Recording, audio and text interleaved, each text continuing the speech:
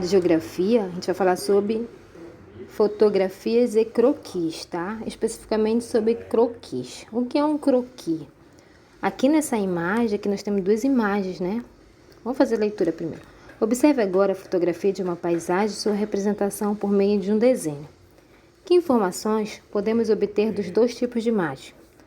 Você consegue relacionar, tanto na fotografia quanto no desenho, os elementos que compõem a paisagem?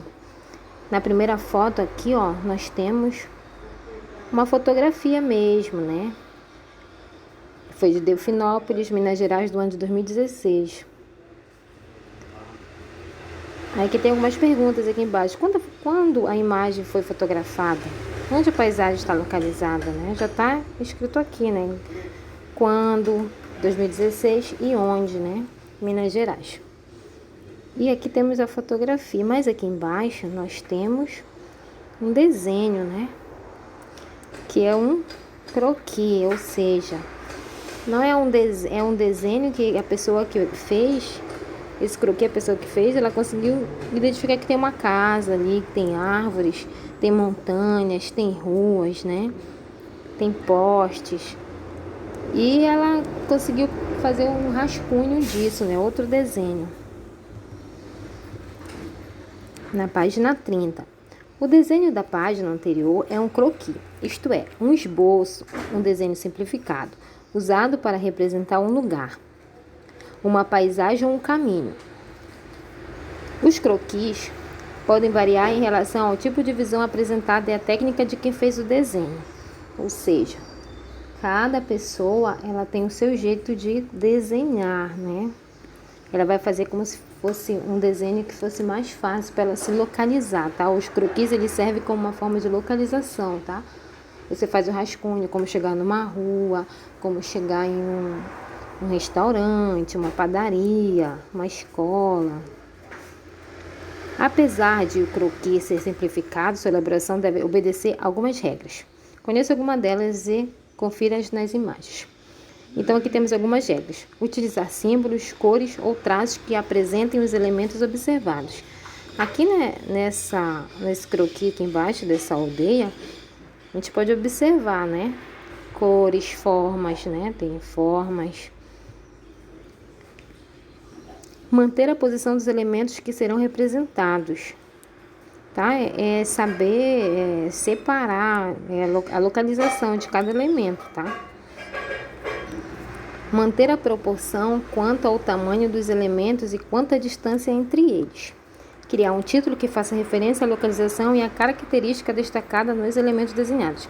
Então, quando você faz o croquis, você tem que dar um título a esse croquis, né? Para saber o que é, se trata de quê, tá? Observe agora um croquis elaborado por uma comunidade indígena chavante para representar a aldeia em que vive. Aqui embaixo, nessa foto aqui, é um croquis de uma aldeia chavante, né? No Mato Grosso. Essa foi tirada em 2016. E aqui nossa atividade, tá? Página 31. Os croquis também podem ser elaborados para facilitar nosso deslocamento. Observe o croquis que Lucas fez indicando o caminho para ir do campo de futebol até a moradia dele, tá? Então, aqui nós temos um croquis, né?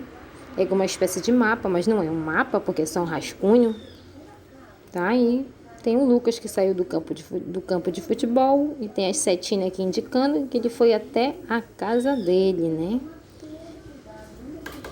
E no caminho tem outras coisas, né? Tá escrito o nome aí.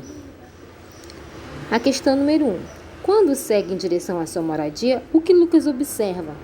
Então, o Lucas saiu do campo de futebol. O que a letra A está dizendo assim? O que o Lucas observa do lado direito? Então, você vai ver aí, tá? O que está do lado direito do Lucas e você vai escrever na letra A. A letra B. O que o Lucas observa do lado esquerdo dele, tá?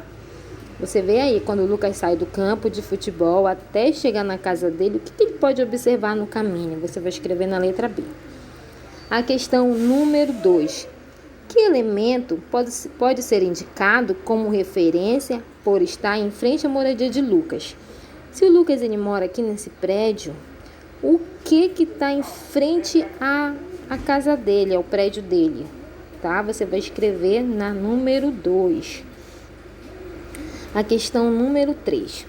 Assinale com setas outro caminho possível para chegar à moradia de Lucas. Então, você vai ver qual outro caminho que o Lucas poderia seguir até chegar na casa dele. Faça seta nesse caminho, tá?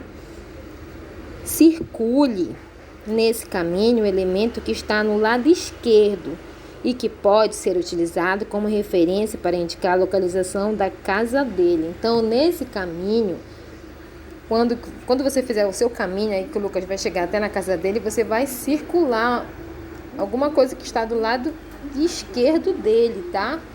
Isso vai servir de referência para ele chegar na casa dele, tá? Boa atividade. Qualquer dúvida, pode me chamar.